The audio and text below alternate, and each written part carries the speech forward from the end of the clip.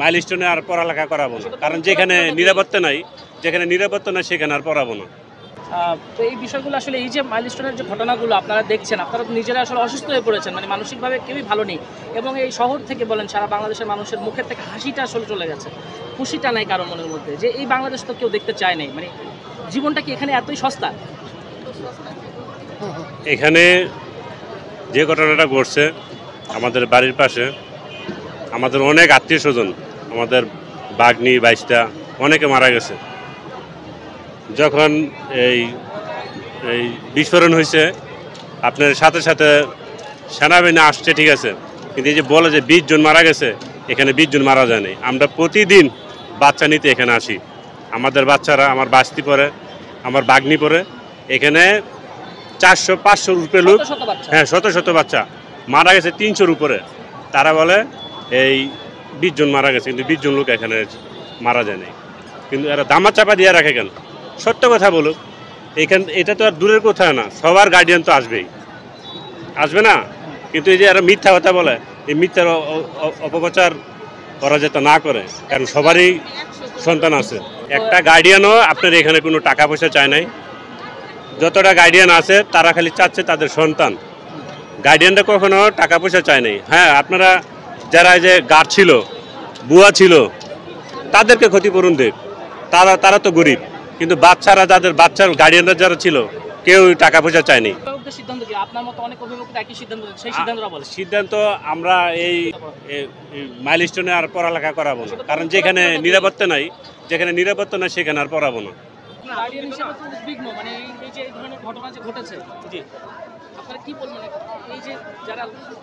খুবই দুঃখজনক ঘটনা। আমরা শোনার পর থেকেই তো আমার ছেলে ক্লাস 8-এ পড়ে, যদিও অন্য ক্যাম্পাসে, বাট এখানে আমাদের আসা যাওয়া আছে। বাট এইখানে আমরা যে বিষয়গুলো শুরুতেই মনে হয় যে প্রশ্নবিদ্ধ, যে যুদ্ধ বিমান কোনো অবস্থাতেই মনে হয় যে এই ধরনের আরবান এরিয়াতে পরবর্তী সময় যেটা ঘটেছে তো হয়ে গেছে, আপনার এটা তো ফেরত আসবে না, কিন্তু পরবর্তী সময়ে এই ধরনের ঘটনা যেন পুনরাবৃত্তি যেন না হয়। যুদ্ধ বিমান অবশ্যই আরবান এরিয়াতে এই ধরনের প্রশিক্ষণ বন্ধ করতে হবে। এবং সবচেয়ে বেশি যে বিষয় নিয়ে আমরা উদ্বিগ্ন, যে আপনার শুরু থেকেই যে জিনিসগুলো লুকানোর চেষ্টা করছে আপনার, যেটা আমরা শুনতে পাচ্ছি যে লাশের সংখ্যা আপনার গুম করা হচ্ছে, লাশ গুম করা হচ্ছে রাতের 3টার সময়। গতকালকে যেগুলো ভিডিও দেখলাম, যে এখান থেকে রাতের বেলা অ্যাম্বুলেন্স এসে মনে হয় যে এখান থেকে লাশ নিয়ে যাওয়ার একটা যে বিষয়গুলো, আসলে বাস্তবতা কি আমরা বুঝতে পারছি না, সেই জিনিসগুলো প্রকাশ করা দরকার। আর সর্বোপরি মনে হয় যে আমরা এখন মানে দোয়া করা ছাড়া তার কিছু নাই। যারা মেডিকেল সেন্টারে আছে আপনার, তারা যেন মানে সুষ্ঠুভাবে মনে হয় যে সেবা পায়, সুষ্ঠু চিকিৎসা পায়, সেটাই আমাদের মানে এখন দাবি আর কি, জোরালোভাবে দাবি। আমার সঙ্গে নিয়ে উদ্বিগ্ন, কারণ ক্লাস 9-এ তো সে এই ক্যাম্পাসে আসবে। তো আমরা এখানে যখন আমরা প্রায় সময় স্পোর্টসের জন্য এই ক্যাম্পাসে আসতাম, তখন বিমান আসলে সেই বিমানগুলো তো আমরা মানে খুব খুশি মনে দেখতাম। বাট এখন তো আমরা এটার উপর দিয়ে বিমান গেলে আমরা আমার ছেলেকে এখানে দিব, পরবর্তী সময় আবার এগুলোতে প্রবলেম হয় কিনা সেটা নিয়ে উদ্বিগ্ন, অবশ্যই উদ্বিগ্ন। স্কুল শিফট করানোর চিন্তা ভাবনা কি করছেন কিনা, বা উদ্বিগ্ন কিনা? আসলে অবশ্যই উদ্বিগ্ন, অবশ্যই উদ্বিগ্ন।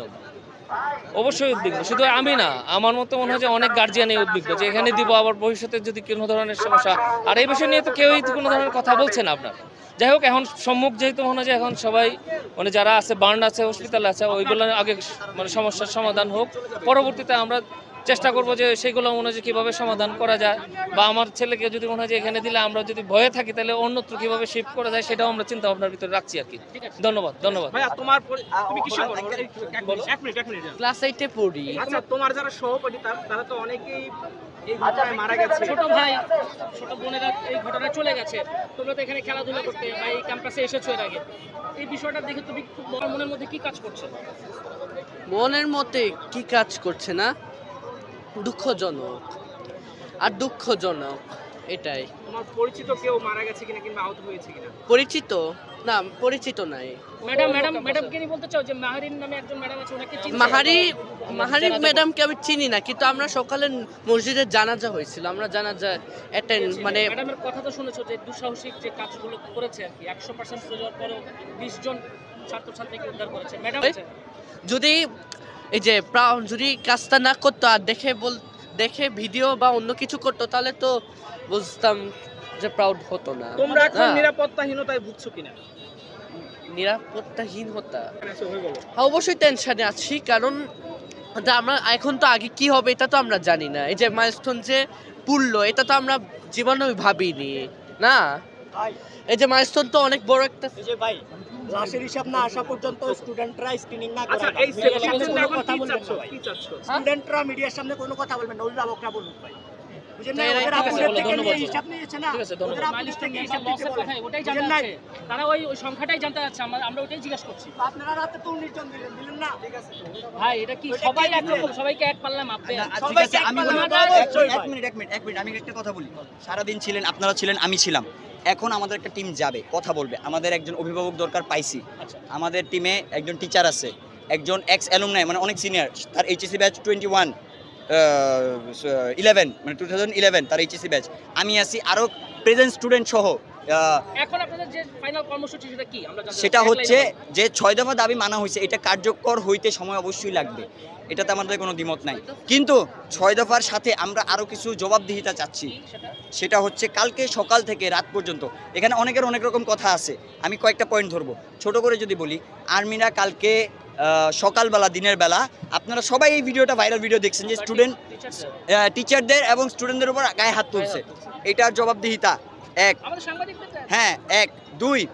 দুই হচ্ছে গিয়ে কালকে রাতে অনেকে প্রশ্ন করতেছে যে ভাই রাতে 11টার পরে মিডিয়া ছিল না, আর্মি ছিল, অ্যাম্বুলেন্স গেছে, আমরা দেখছি, মানে এখানে লোকাল যারা, আমি ছিলাম, আমার 2টা অ্যাম্বুলেন্স ছিল, তারা জিজ্ঞেস করতে এইখানে হয়েছে কি, আমি এটার জবাব চাই। এখানে আমি কিছু দেখতে পারতেছি, আমি কিছু দেখছি, কিন্তু এইটার জবাবদিহি তারা করবে যে তারা কি করছে, সেইগুলো কোথায়। ঠিক আছে, ঠিক আছে ভাই, ঠিক আছে, ধন্যবাদ, থ্যাংক ইউ ভাই। ওরা যখন পড়ছে তখনও হয়তো ওরা বুঝতে পারেনি, কিন্তু হঠাৎ করে যে এরকম কিছু হবে আসলে সেটা আমরাও ভাবতে পারিনি। এই যে দৃশ্যগুলো দেখে আসলে আপনার একজন মানুষ হিসেবে এগুলো তো নেওয়ার মতো না আসলে। এটা আসলে কারোরই নেওয়ার মতো না। আমরা গার্ডিয়ান না হলেও আমরা বাচ্চাদেরকে আসলে ওভাবে দেখার মতো কোনো পরিস্থিতি আমাদের ছিল না, যে দেখে যে আসলে কিছু বলবো, ভাষাটাই আমরা হারিয়ে ফেলেছি। আচ্ছা, অনেকে বলছে যে এখানে বিমান যেহেতু প্রতিষ্ঠান রয়েছে, মানুষ রয়েছে, এখানে বিমান উড্ডয়নের এই ব্যাপারগুলো না থেকে যদি ঢাকার বাইরে নিয়ে যাওয়া হয় সেক্ষেত্রে নিরাপত্তা বাড়বে, আপনি কি মনে করেন? আসলে সেটা একমাত্র পরবর্তী সরকার যারা আসবে তারাই জানে, কিন্তু আমি মনে করি এর আশেপাশে, এরকম স্কুলের আশেপাশে এটা না রাখাটাই বেটার। কিরা না রাখাটা একটু নাম ধরে একটু যদি বলেন ভালো হতো। হ্যাঁ, এখানে স্টেশনটা এখানে যেটা আছে, বিমানবন্দর, আন্তর্জাতিক বিমানবন্দর যেটা আছে, এগুলো একটু দূরে সরানো, বা আমরা স্কুলগুলো না হয় একটু দূরে সরাই, বা প্রশিক্ষণ বিমান যেগুলো আছে এগুলো আমরা এখানে ট্রাই না করি, আমরা অন্য জায়গাতে করি, তাহলে হয়তো ভালো হয়।